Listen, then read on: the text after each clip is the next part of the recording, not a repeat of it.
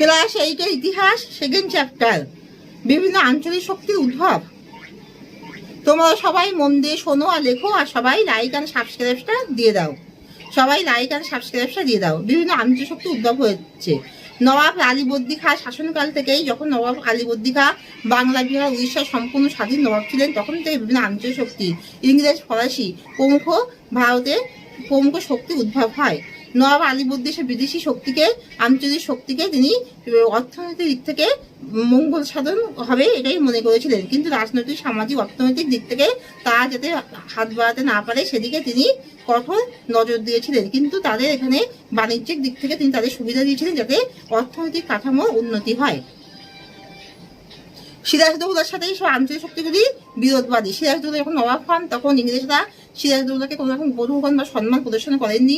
সিরাজের বারণ সত্ত্বেও তারা দুর্গ নির্মাণ সংস্কার করে এবং সিরাজের বারণ নিষেধাজ্ঞা তারা অগ্রাহ্য করে তারা কলকাতায় দুর্গ অধিকার করে। আর আলীনগরের সন্ধি তারা ভঙ্গ করে ও তারা ষড়যন্ত্রে জড়িয়ে পড়ে। আলীনগরের সন্ধি ভঙ্গ করে ও তারা সিরাজের সাথে পলাশির যুদ্ধে নেমে পড়ে। সিরাজের পরে মির্জাফর যখন বাংলার নবাব হন তখন মির্জাফরকে নামে মাত্র তিনি মুকুট ধারণ করেন এবং তিনি শুধু প্রশাসনিক দিকটি দেখবেন, কিন্তু সকল রাজনৈতিক, সামাজিক, অর্থনৈতিক এবং সকল কিছুই ভারতের সকল কিছুই ইংরেজের হাতে এসে পড়ে। আর বাণিজ্যিক কাঠামো বিস্তার করতে গিয়ে তারা বাণিজ্যিক সুযোগের অপব্যবহার করে। দেশীয় বণিকদের কাছ থেকে, দেশের মানুষের কাছ থেকে তারা কড়া হারে শুল্ক নেয় এবং তারা শোধ করে না এবং তারা তাদের অত্যাচার কার্য চালিয়ে যায়। আর তাছাড়া ফরাসিদেরও উদ্ভব হয়েছিল। ফরাসিরা চন্দননগরে ঘাঁটি স্থাপন করেছিল। মীর জাফরের পরে মীর কাসিম, তিনি যখন নবাব হন তখন মীর কাসিমও ইংরেজের আগ্রাসী নীতিকে তিনিও পরিপূর্ণভাবে ইংরেজের লোক লালসাকে চরিতার্থ করতে পারেননি। মীর কাসিম যখন নিজেকে স্বাধীন নবাব বলে ঘোষণা করে তখন ইংরেজের সাথে তার মতবিরোধ হয়।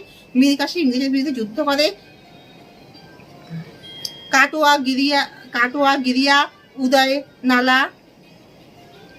উদয়নালা, মুঙ্গের প্রভৃতি যুদ্ধে ইংরেজের কাছে সে পরাজিত হয়। সে মুর্শিদাবাদের নাম পরিবর্তন করে মুঙ্গের করে এবং আফগানিস্তানে গিয়ে আফগানিস্তানের নবাব ও মুঘল সম্রাট দ্বিতীয় শাহ আলমের সাথে মিলিত হয়ে সে ইংরেজের সাথে যুদ্ধ করে। একেই বক্সার যুদ্ধ বলা হয়। মীর জাফরের পরে মীর কাসিমের সাথে ইংরেজের বক্সার যুদ্ধ হয়েছিল।